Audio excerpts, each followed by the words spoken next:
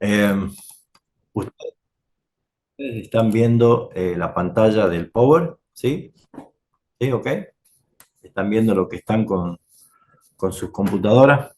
De todas maneras, es un extracto del bosquejo que yo les envié y más que nada es en esta tarea de explicar el Apocalipsis que, como dije al principio, no vamos a hacer un hincapié en cada uno de los detalles, sino tratar de sacar y extraer el mensaje de todo este libro porque como lo hemos visto como un resumen o un resumen central tal vez de todo el libro, está en Apocalipsis 17:14, cuando hacía referencia que pelearán contra el Cordero y el Cordero los vencerá porque Él es el Rey de Reyes y Señor de Señores, y con Él los llamados, los escogidos y los fieles. O sea, la iglesia es partícipe de la victoria que Jesucristo tiene sobre todas las fuerzas del mal, ¿no? Entonces, lo que venimos viendo a través de todas estas clases es respetando los principios de las reglas hermenéuticas de que las clases de libros que son con lenguaje profético o apocalípticos tenemos que entender que son simbólicos, ¿sí? Y que la idea era, desde la perspectiva de la teología reformada, nosotros estamos viendo esto respetando que hay otras escuelas de interpretación escatológica las cuales seguramente si les crea el interés ustedes los pueden ver y cotejar. Yo le estoy transmitiendo desde nuestra perspectiva de teología reformada el concepto que nosotros podemos dar una explicación de Apocalipsis, ¿sí?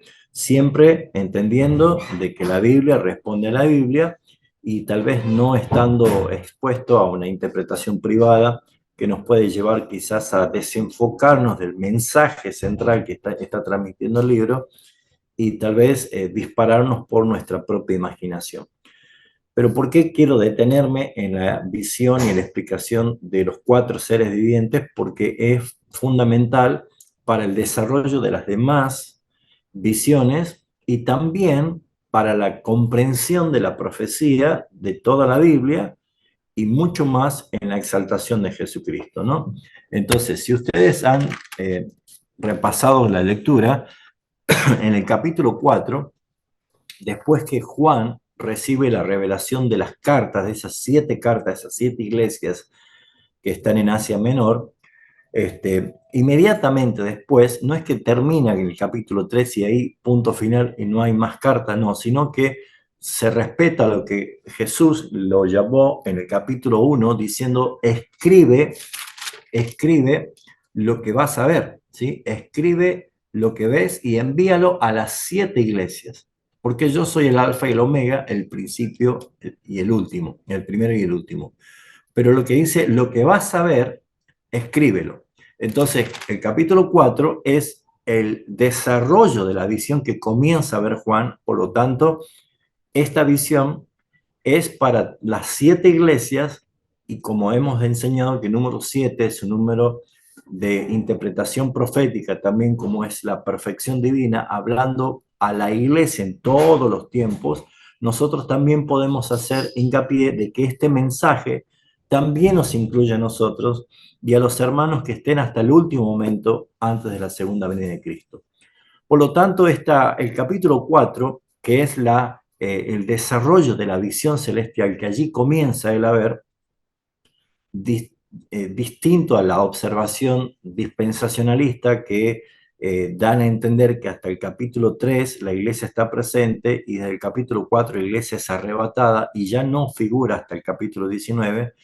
Nosotros con la escatología reformada hemos entendido y estamos explicando de que no es así, sino que es la misma visión que consiste desde el tiempo, desde la primera venida de Cristo hasta la segunda venida de Cristo. El tiempo es el proceso ese que llevamos ya 2000 años nosotros, es lo que se ve en el desarrollo de toda la visión en la profecía, vista 7 veces de diferentes maneras, ¿no?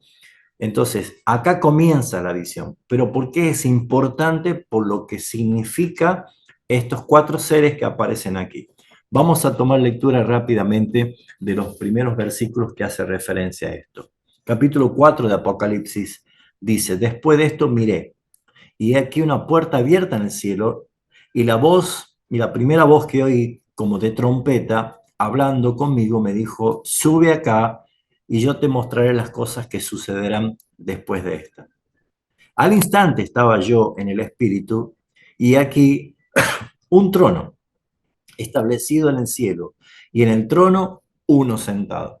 Y el aspecto del que estaba sentado era semejante a piedra de jaspe, de cornalina, y había alrededor del trono un arco iris. Alrededor del trono, quiero que empiece a ver con su imaginación lo que describe, eh, semejante al aspecto de esmeralda. Y alrededor del trono había 24 tronos, y vi sentado en los tronos a 24 ancianos vestidos de ropas blancas con coronas de oro en su cabeza, y en el trono salían relámpagos y truenos y voces. Delante del trono ardían 7 lámparas de fuego, los cuales son los 7 espíritus de Dios.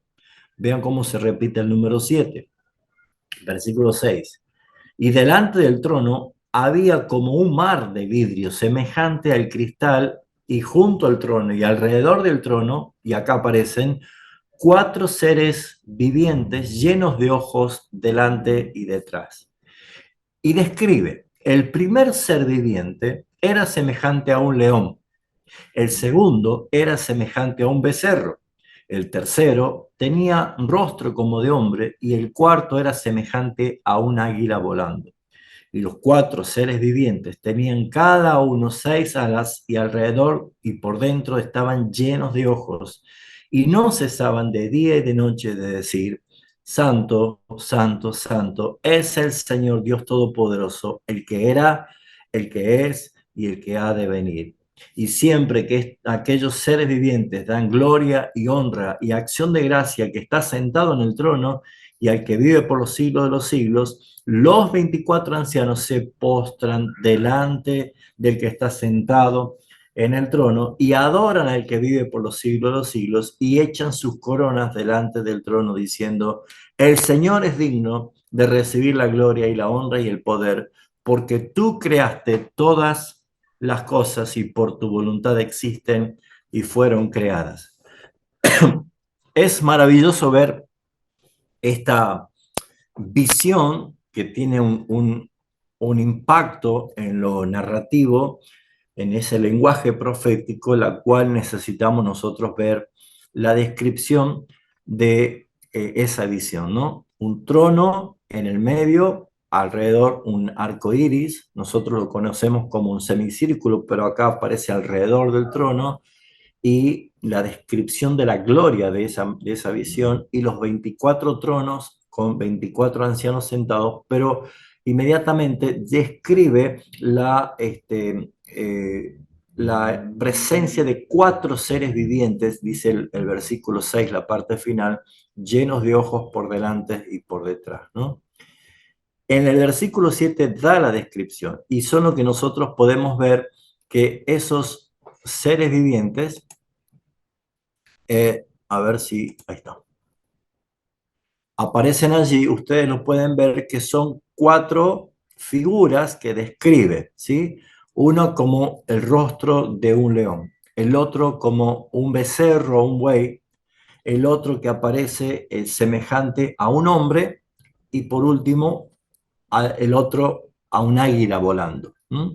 Entonces, es necesario poder interpretar esto, porque todo es figura simbólica y todo está apuntando a reflejar algo y a transmitir un mensaje, que es el mensaje que lo vamos a ver durante todas las 7 visiones que aparece a lo largo de Apocalipsis, y la cual nos trae un mismo mensaje, que es la victoria de Jesucristo y su iglesia sobre las fuerzas del mal, concluyendo con un juicio, concluyendo con un castigo, y por supuesto trayendo lo que es la gloria para aquellos fieles que por la fe han entregado sus vidas a Jesucristo.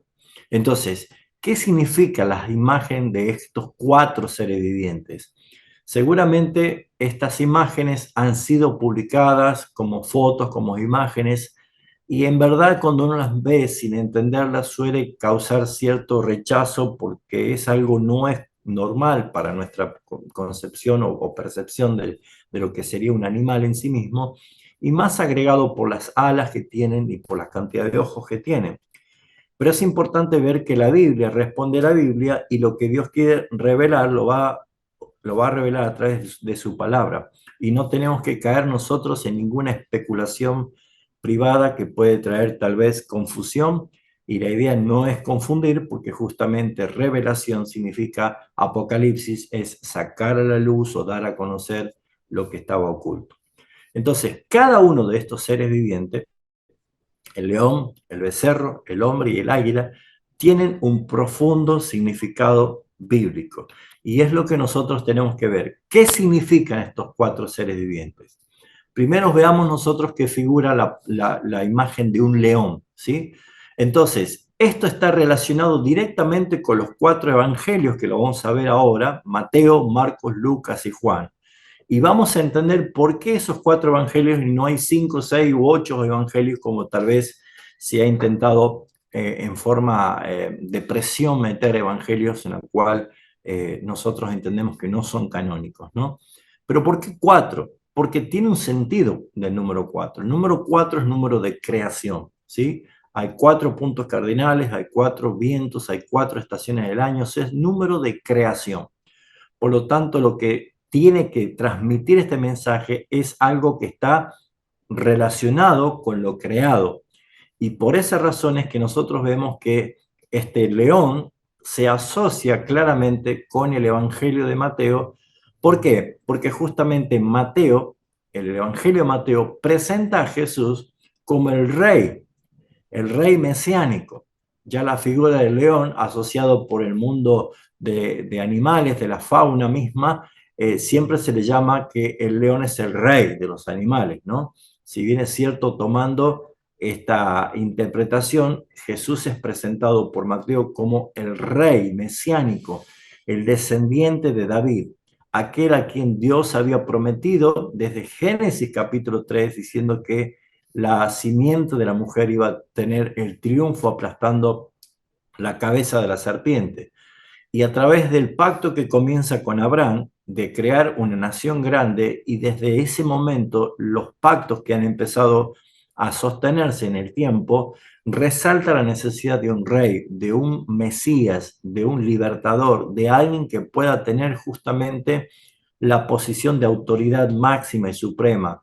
Y por esa razón es que el león es un símbolo de la realeza y del poder. Por eso es que nosotros ya vamos a ver cómo lo explica Mateo a este punto. Pero nosotros vemos la imagen del león, inmediatamente cuando ustedes lean el Evangelio de Mateo van a saber que está haciendo énfasis principalmente a Jesucristo como el rey prometido, aquel que iba a ocupar el trono de David, y esto tiene un gran sentido de autoridad, de realeza y de poder. Así lo presenta justamente el Evangelio de Mateo. Cuando nosotros vemos el segundo ser viviente, que es el becerro o el buey, que también está citado allí en el versículo 7, esto se relaciona con el Evangelio de Marcos. ¿Por qué? ¿Cómo lo presenta Marcos? Marcos presenta a Jesús ya no como lo hace Mateo, como un rey, como alguien empoderado en su poder, en su realeza, sino que lo presenta todo lo contrario, como un siervo, ¿sí? El siervo que sufre, el siervo sufriente.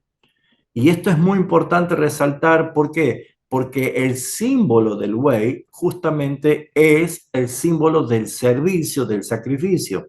Nosotros podemos ver en las ilustraciones o podemos ver en las distintas expresiones del el animal de carga, el animal más rudo, del sacrificio, del que soporta el peso, siempre es relacionado con el buey o con ese becerro. Pero podemos ver nosotros que el simbolismo que está marcando el Evangelio de Marcos es que Jesús era aquel siervo que venía a padecer, que venía a sufrir.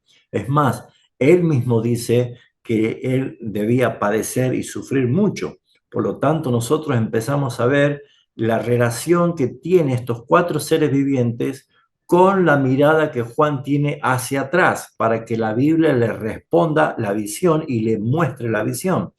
Si bien es cierto, nosotros sabemos que el canon bíblico fue formado mucho después de la revelación de Juan en Patmos, de Apocalipsis, nosotros podemos entender que el énfasis que hoy lo tenemos acá, lo podemos ver en la gloria expresada a través de las Escrituras.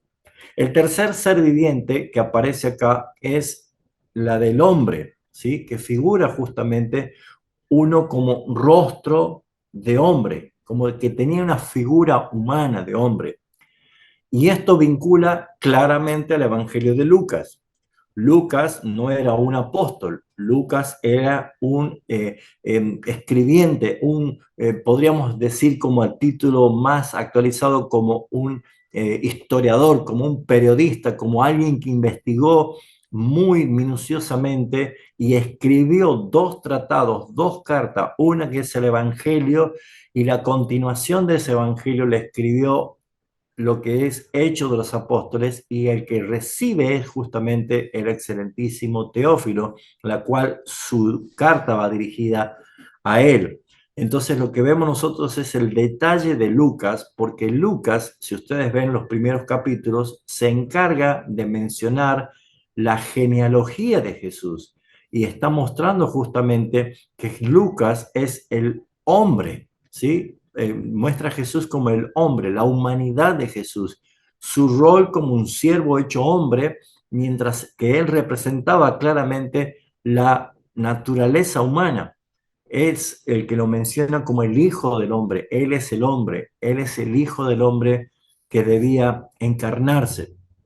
Por esas razones que nosotros podemos ver cómo Lucas hace un énfasis puntualmente sobre la naturaleza humana. Y Jesús fue 100% Dios y Jesús fue 100% hombre. Por eso es que nosotros podemos ver que acá la figura del tercer ser viviente con el rostro como de hombre también resalta una característica de Jesús. Y el cuarto ser viviente que menciona el versículo 7 es que el cuarto era semejante a un águila volando. Bueno, ustedes sabrán que de los 4 evangelios, 3 evangelios son sinópticos. La palabra sinóptico significa de la óptica similar, que ven lo mismo. Tal vez en algunas partes de sus relatos de los 3 primeros evangelios, Mateo, Marcos y Lucas, tienen una mirada muy parecida, tal vez con algunas detalles que difieren, pero habla de lo mismo. Pero sin embargo, cuando nosotros vamos al Evangelio de Juan, que no tiene la misma óptica que los otros 3 evangelios, Juan representa o transmite su evangelio mostrando directamente a Jesús como Dios, como una persona divina. Enfatiza claramente la divinidad de Jesús al comenzar directamente diciendo que en el principio era el verbo y el verbo era con Dios y el verbo era Dios. Y es muy parecido a cómo comienza el libro de Génesis. En el principio creó Dios los cielos y la tierra. Y cuando Juan dice que todo lo creado fue hecho por el verbo, por él, el creador de todas las cosas, está directamente llevando la mirada hacia arriba y muestra que Jesús es el verbo que se encarnó de arriba y vino hacia abajo, hacia esta tierra. Por eso es la imagen del águila volando, altura. Por eso está mostrando que Jesús es el que desciende de las alturas. Por eso es que nosotros podemos ver claramente que Juan enfatiza su divinidad, la divinidad de Jesús y su relación con la altura, con el cielo, como el águila simboliza la visión espiritual y la conexión con lo divino. Ahora, si nosotros podemos ver nuevamente los 4 seres vivientes, habla de la realeza, porque el león es el rey de los animales, el becerro es el rey de las fuerzas del servicio, el hombre es el rey de la creación, la corona misma de Dios de la creación, y el águila es el rey de las alturas, el águila es el rey de las aves, donde tiene la eficacia. El ave para ver mejor tiene que irse lo más alto y tiene una precisión y una agudeza tremenda para su excelencia, ¿no? Y está comparado justamente con el rejuvenecimiento del cristiano, está comparado justamente con retomar las alas como las águilas y hacernos volar en las altiplanicies.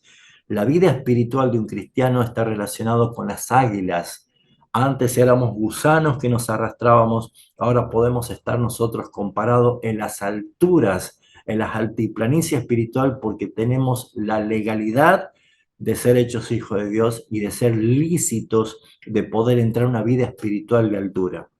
Entonces, ¿es importante esta visión? Sí. ¿Y por qué es importante detallarla? Porque hay un orden de todo esto. Y si Jesús quiso comenzar a revelar el capítulo 4 cómo es la visión celestial y lo que están allí, es impresionante el énfasis que él da en la exaltación de su nombre, porque estos cuatro seres vivientes claramente están haciendo mucho énfasis a la victoria de Cristo en sus cuatro tareas de servicios que manifiestan los cuatro evangelios de Jesús. Ahora, vemos acá en este cuadro que estos cuatro evangelios que estamos haciendo resaltar en este momento, Mateo, Marcos, Lucas y Juan, tienen características que nos dan mucha enseñanza. Mateo presenta a Cristo como el rey, ¿sí? Ese es el rey profetizado. Todas las profecías del Antiguo Testamento hablan de la venida de un rey. Cuando Jesús comienza su ministerio, y allí Marcos capítulo 1, versículos 14 y 15 dice, el tiempo se ha cumplido, la hora ha llegado, arrepentíos y creed en el Evangelio, porque el reino de los cielos ha llegado. ¿Por qué podemos decir que el reino ha llegado? Contundentemente, porque el que estaba hablando era el rey. Por ejemplo, cuando el presidente viaja a otro país, él nos representa a Argentina. Él está puesto como un representante. En otras palabras, nosotros estamos en Él y estamos con Él mientras Él está en otro lugar. Cuando el rey va a un lugar, su reino va con Él. ¿Por qué? Porque Él es el rey. Cuando Jesús vino y comenzó su ministerio, Él comenzó a manifestar justamente que Él es el rey. Y claramente, si nosotros vamos al Evangelio de Mateo, Mateo empieza a hacer ese énfasis de que Jesús es el rey prometido, conectando justamente con la genealogía acentuada en el rey David, ¿sí? El cumplimiento, el rey profetizado. Ahora, nosotros vemos que el versículo clave de Mateo capítulo 2 dice justamente en el versículo 2 que Él es el cumplimiento de lo que estaba por llegar, al decir puntualmente dónde está el rey de los judíos que ha nacido. Las visitas de esos sabios caldeos que malamente o erróneamente se les llama reyes magos, ¿no?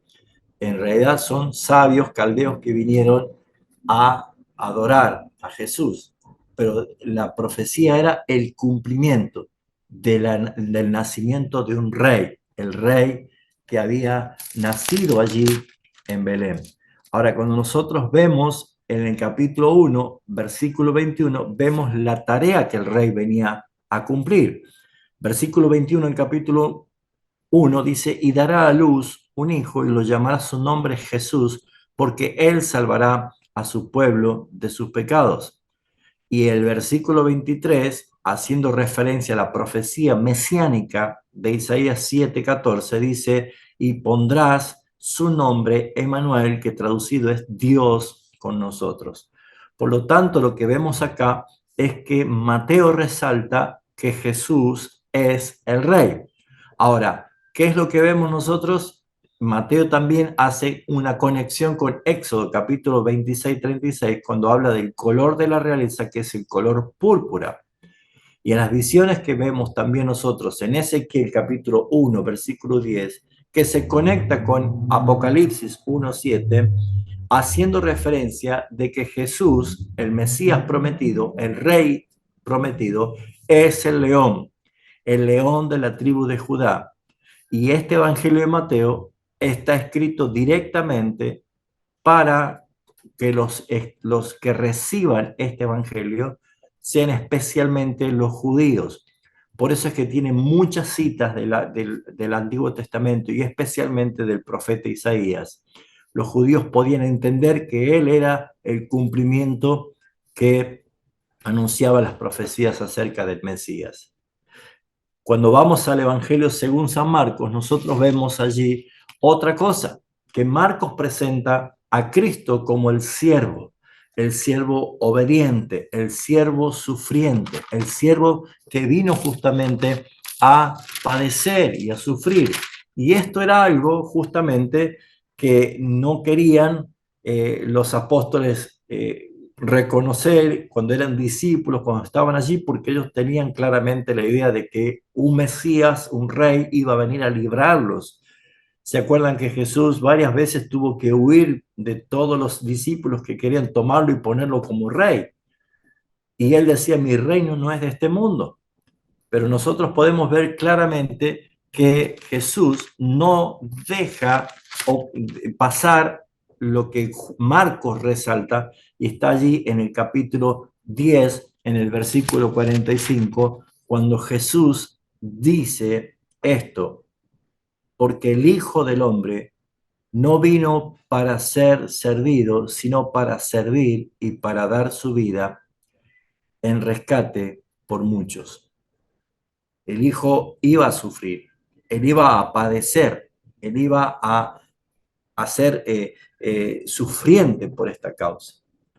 Y lo que vemos en la conexión de este Evangelio con Cristo como siervo, Éxodo 26:36 hace referencia a un color que es el color escarlata, y el color es rojo, que representa la sangre. Y esto está directamente conectado con el deber del siervo, que era justamente dar su vida, padecer y derramar su propia sangre. Y la visión que conecta es con Ezequiel capítulo 1, versículo 10, que también aparece en la visión el buey, y que es un animal que es consagrado para el sacrificio, para una vida sacrificial, para soportar cargas pesadas y para sufrir como un animal de carga, ¿no? Este tipo de evangelio, Marcos lo escribió como especial destino para ser leídos por los romanos. Así que vemos nosotros las distintas posturas y las distintas enfoques que tiene esta revelación. El tercer evangelio que estamos viendo nosotros está haciendo referencia justamente al evangelio de Lucas. ¿Cómo lo presenta Lucas? Nosotros vamos a ver el evangelio de Lucas. Lucas comienza su evangelio dando el destinatario. Dice que es Teófilo, puesto que ya muchos han tratado de poner en orden la historia de las cosas que entre nosotros han sido ciertísimas, tal como nos le enseñaron lo que desde el principio lo vieron con sus ojos y fueron, ministros de la palabra, me ha parecido también a mí, después de haber investigado con diligencia todas las cosas desde su origen, escribírtela por orden, oh excelentísimo Teófilo, para que conozcas bien la verdad de las cosas en las cuales has sido instruido. Y comienza a desarrollar Lucas su evangelio. Y desde ese entonces Jesús es presentado como el Hijo del Hombre. Lucas se encarga de presentar a Cristo como un hombre, el hombre perfecto, el hombre que venía a ser la diferencia del hombre que fue creado en Edén y que fracasó y que cayó en pecado y arruinó su condición. Por eso nosotros vamos a ver claramente cómo le dedica prácticamente 4 capítulos iniciales para resaltar su genealogía, su nacimiento y especialmente cómo inicia su ministerio bautizándose Jesús. Inmediatamente en el capítulo 3, desde el versículo 23, se toma el tiempo de su investigación para dar claramente una alusión a la genealogía de Jesús. Al decir Jesús mismo comenzó su ministerio y era como de 30 años, y comienza diciendo, hijo, según se creía, de José, hijo de Elí, y empieza a dar toda la lista, Y como ven ustedes, conecta directamente en el versículo 38 a Jesús directamente hijo de Adán, hijo de Dios, para mostrar que era el cumplimiento de la simiente que iban a ser de esa generación, de esa genealogía. Por lo tanto, Jesús es considerado el hombre perfecto según Dios. Fíjense ustedes el paralelo. En capítulo 4 de Lucas, Jesús, lleno del Espíritu Santo, volvió del Jordán después de haber sido bautizado y fue llevado por el Espíritu al desierto, y todos sabemos lo que sucedió allí. Durante 40 días era tentado por el diablo. Mira el contraste del primer Adán con el segundo Adán. Adán significa hombre, el primer hombre con el segundo hombre, según Dios. Este primer Adán, este primer hombre, lo tenía todo, no tenía ninguna necesidad y fue tentado una sola vez y pecó. Pero sin embargo, el segundo Adán, Jesús, el hombre perfecto según Dios, estuvo 40 días en un desierto totalmente desolado, habitado por fieras, por escorpiones y serpientes, y no comió y no tuvo nada para comer durante 40 días, y en esa debilidad de su humanidad tuvo hambre, resalta, tuvo hambre. Versículo 2 dice, y no comió nada en aquellos 40 días, pasó los cuales tuvo hambre. Y la tentación viene para mostrar de que cuando Jesús dice que Él se alimenta de la palabra que sale de la boca de Dios, no está poniendo como justificación su necesidad para desobedecer el mandato de Dios. Vuelvo a decir, Adán tenía todo, no tenía ninguna necesidad y pecó. Y Jesús tenía todas las necesidades y no pecó. Y en esa victoria que Jesús mostró durante toda su vida como hombre, lo estaba haciendo por nosotros. Lo estaba haciendo para sustituirnos un día delante de Dios y mostrar que su perfecta obediencia, su perfecta santidad, su perfecto ejercicio como hombre, manteniéndose puro, cuidando su salud, cuidando su alimentación, cuidando su energía, todo lo que nosotros vemos en obediencia a sus padres, en obediencia a la ley perfecta, todo lo hizo de tal manera, tan perfecto, que tuvieron que pagar y sobornar a falsos testigos para poder acusarlo de algo en forma mentirosa, pero todo lo hizo para que una vez que él muriera y resucitara, se presentara delante del Padre, habiendo satisfecho su justicia, habiendo aplacado su ira justa y santa, y habiendo obtenido la perfecta justicia, ahora el Padre, que estaba propiciado y satisfecho, iba a tomar esa justicia y por gracia y misericordia nos iba a imputar a nuestra cuenta, pecadores que fuimos escogidos para salvación. Es precioso ver el Evangelio desde la obra de Cristo, y era necesario que Lucas pudiera resaltar que este Jesús era el hombre perfecto según Dios. Y nosotros podemos ver claramente allí el versículo clave que está en el capítulo 19, versículo 10, que dice, porque el Hijo del Hombre vino a buscar y a salvar lo que se había perdido. Jesús haciendo mención de que Él es el Hijo del Hombre. En la conexión de Éxodo 26-36, así como vimos los colores que representaban, el púrpura, el escarlata, ahora vemos que aparece el color blanco. Y Lucas conecta especialmente con el color blanco porque es el color de la pureza, es el color que el hombre impecable, el hombre puro y perfecto, que es Jesús, ha sido el que tomó todas nuestras suciedades, maldiciones, pecados y miserias sobre él, por amor a nosotros, por su gran favor y misericordia. Esto es un mensaje en el cual habrá repercutido en toda la historia de la iglesia, cada vez que podemos ver cuánto nos amó el Señor, que habiendo sido el hombre perfecto, impecable, puro y sin ningún defecto, el cordero que iba a ser inmolado para tomar nuestro lugar, para que nosotros podamos ser reconciliados con el Padre y el Padre nunca más vernos bajo su ira y bajo su condenación. Por eso es que dice Pablo en Romanos capítulo 8, ¿quién acusará a los escogidos de Dios? Si es Dios mismo el que los justifica. ¿Quién los condenará? Si Cristo murió, más aún resucitó y está a la diestra del Dios Padre intercediendo por nosotros.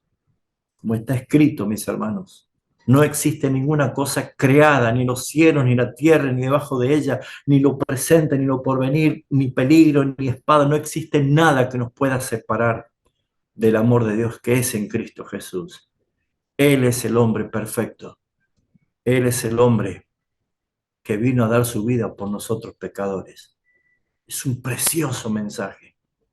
Por eso es que conecta directamente Ezequiel capítulo 1, versículo 10 con la figura también que ve Ezequiel de estos cuatro seres angelicales y celestiales. Ve a un león, ve a un buey y ve a un hombre. Y Lucas es un evangelio que está escrito para los griegos, o sea, para los gentiles, está escrito para todos aquellos que demandaban razón. Los griegos, con toda su filosofía y con toda su amante del saber, necesitaban encontrarse con un evangelio que pueda mostrar esa dualidad entre el primer Adán y el segundo Adán.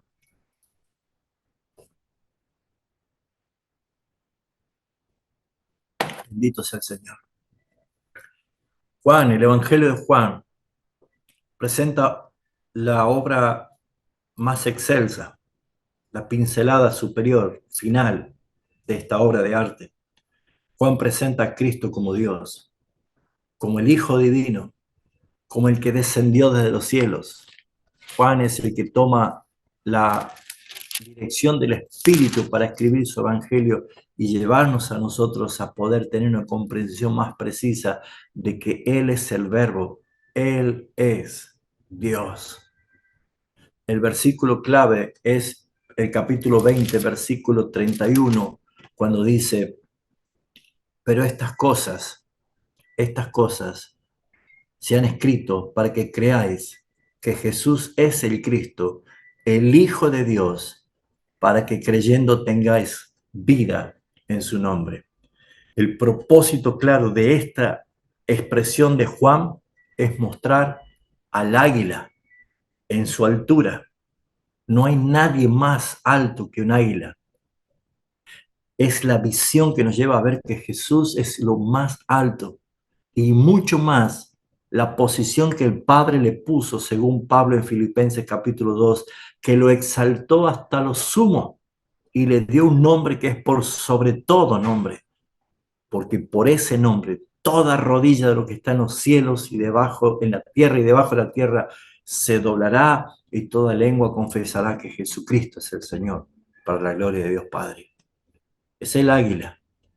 Y este evangelio de Juan ha sido escrito para todo el mundo. Por eso es que Juan, en esta revelación y en esta visión, está llevándonos a nosotros a poder ver el mensaje que está transmitiendo. Pero esto debemos ver, que los evangelios reflejan diferentes facetas de la vida y la misión de Jesucristo. Jesús es el Rey, presentado como un león en el Evangelio de Mateo. Jesús es el siervo, presentado como el siervo que sufre en el Evangelio de Marcos. Jesús es el hombre representado como el Hijo del Hombre en el Evangelio de Lucas. Jesús es el Dios de los cielos representado como el águila en el Evangelio. Pero esto no es todo. Lo maravilloso de esto es que hay una directa conexión con las 12 tribus de Israel. Por eso es que nosotros no solamente vemos 12 tronos de los apóstoles, sino que hay 12 tribus que representan a las tribus de Israel, 12 tronos más. Y si nosotros vemos en el diseño de las tribus de Israel, en esa imagen podemos ver claramente que está donde está la columna de nube y de fuego, es el tabernáculo. Y las 12 tribus de Israel estaban distribuidas en 4 sectores de acuerdo a los puntos cardinales. Y ustedes pueden ver que alrededor hay 4 cabezas de tribus. Una es Judá, que está para el lado este, es la entrada del templo. Judá representa la alabanza. Por eso el salmista dice, entrad por sus puertas con acción de gracia. Para el lado oeste está Efraín, que es donde ya se es consumado. Ahí está el lugar santísimo, la parte de atrás, donde está el propiciatorio. La consumación es ya la muerte de Jesús. Y podemos ver a los lados, al norte está Dan, que está para que nosotros podamos entender en la parte norte. Nosotros si decimos, por ejemplo, mi norte está para allá, seguramente usted podrá señalar su norte desde una perspectiva horizontal, pero si nosotros tomamos el globo terrestre, el norte queda hacia arriba. ¿Sí o no? El norte está hacia arriba. Cuando Satanás cae y justamente revela el profeta diciendo que Satanás decía en su corazón perverso, subiré a las alturas de las estrellas y pondré mi trono. Nosotros entendemos que está hablando de el lugar justamente donde el Señor está. Nosotros somos la ciudad del gran rey a los lados del norte, está hablando de la altura. Y lo que vemos al sur está Rubén, la conexión entre lo alto y lo bajo, entre el cielo y lo terrenal. Rubén está hacia el sur. Y después de ello están las distintas tribus que son las que continúan, porque Judá, Rubén, Efraín y Dan son justamente las tribus cabezas y detrás de ellos están las tribus que ustedes ven allí. Detrás de Judá está Isaacar y Zabulón. Detrás de Efraín está Manasés y Benjamín. Detrás de Dan está Aser y Neftalí. Detrás de Rubén está Simeón y Gad. Y así forman las 12 tribus de Israel que nosotros estamos viendo. En ese diseño, así acampaban en el desierto. Y eso no era que cada tribu podía buscar una sombra donde acampar o abajo de aquella grieta de la montaña. No, había un diseño de Dios. Un diseño que ya está mostrando la misma visión que vio Juan alrededor del trono. Estaban los 24 tronos y los 4 seres vivientes. ¿Y por qué es importante ver la conexión de estos 4 seres vivientes con los 4 evangelios y también con las 4 tribus abanderadas de cada uno de los puntos cardinales? Porque claramente tiene que ver con esto. Judá, este grupo se sitúa al este del tabernáculo y es liderado por la tribu de Judá con un estandarte, con una bandera, un estandarte que tenía la imagen que representaba un león. Y esto corresponde con el león de Apocalipsis y con el Evangelio de Mateo, que representa a Jesús como el rey y como Mesías. Dios no comete errores, son diseños eternos llevados a cabo por revelación. Efraín está al oeste del tabernáculo.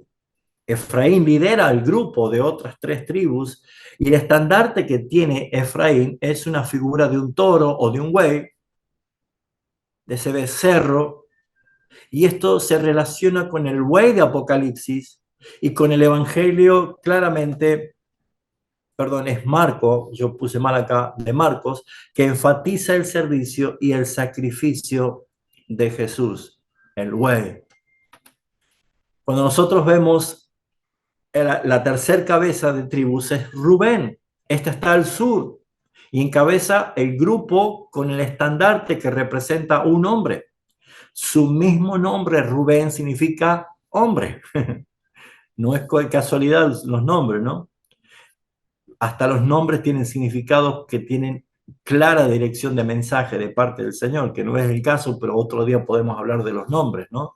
De cómo la Biblia tiene una repercusión de esos nombres, porque incluso cuando vamos al Evangelio, perdón, al capítulo 5 de Génesis y encontramos 10 genealogías, a veces parece tedioso y pesado leer todos esos nombres, pero cada uno de esos nombres significa algo y allí está el Evangelio tan claro, mis hermanos, que no podemos parar de decir, gloria a Dios, Señor, tú eres perfecto en todas las cosas.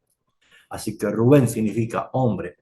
Y esto se asocia con el hombre del Apocalipsis que aparece allí en la imagen de este ser viviente y con el Evangelio de Lucas sería acá, escribí al revés, que destaca la humanidad de Jesús y de su rol como servidor. Y el cuarto, la cuarta tribu al norte, que es Dan, ya saben que el norte es hacia arriba, justamente lidera el grupo con un estandarte que tiene una figura de un águila. Estos corresponden al águila que aparece en Apocalipsis y el Evangelio de Juan, que enfatiza la divinidad de Jesús y la visión celestial de nuestro Señor. Así que si vemos nosotros la figura de los estandartes, esto quedaría más o menos así. Como verán, está un poco borrosa la imagen, pero se puede distinguir claramente los cuatro principales estandartes que portaban las tribus. Judá con la imagen del león, Rubén con la imagen del hombre, Efraín con la imagen del buey y Dan con la imagen del águila volando. Y las demás tribus tenían sus estandartes con sus distintos símbolos que no vienen al caso porque no encajan con la visión de Apocalipsis capítulo 4. La distribución desde arriba, si nosotros tenemos que ver en Números capítulo 2, del 1 al 34, allí está el diseño, allí está la forma que debiera acampar, lo vemos una vez más así.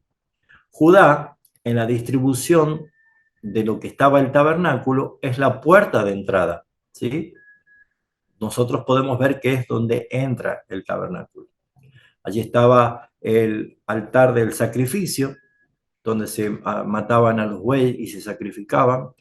El lavacro, el lugar donde se lavaban para entrar a la tienda o al tabernáculo de reunión, para entrar al lugar santo, donde estaba allí tres elementos, la mesa de los panes de la proposición, el altar del incienso y el candelero de las luces, y pasando la cortina o el telón que separaba el lugar santo, entraba al lugar santísimo, donde únicamente estaba el arca de oro con los querubines sobre el propiciatorio, y que allí dentro estaban los tres elementos, que era la vara de Aarón que floreció, que era las tablas de Moisés y el maná.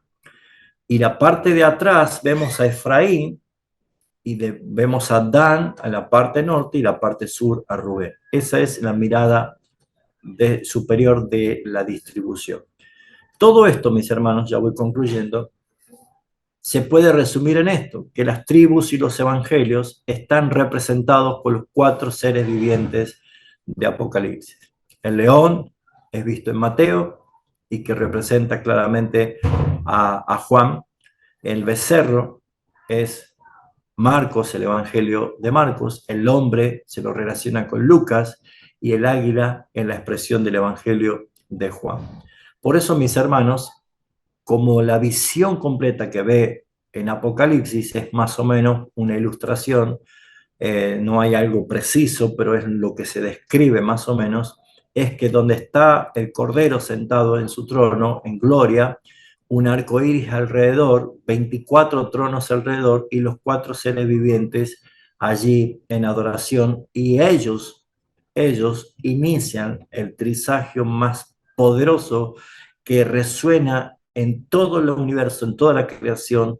Y cuando ellos dan ese trisagio, los 24 ancianos se postran en su rostro a tierra y arrojan sus coronas a los pies del que está sentado, diciendo: Santo, Santo, Santo es nuestro Señor, el Dios Todopoderoso. Y mire qué extraordinario lo que dice allí.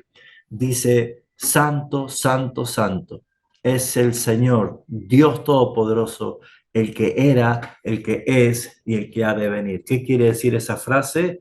Es todo el tiempo de la iglesia, el pueblo verdadero de Dios, constituidos y formados por judíos y gentiles, los salvados por gracia del Señor, todos diciendo: Santo, Santo, Santo es el Señor Dios Todopoderoso, el que era, el que es y el que ha de venir.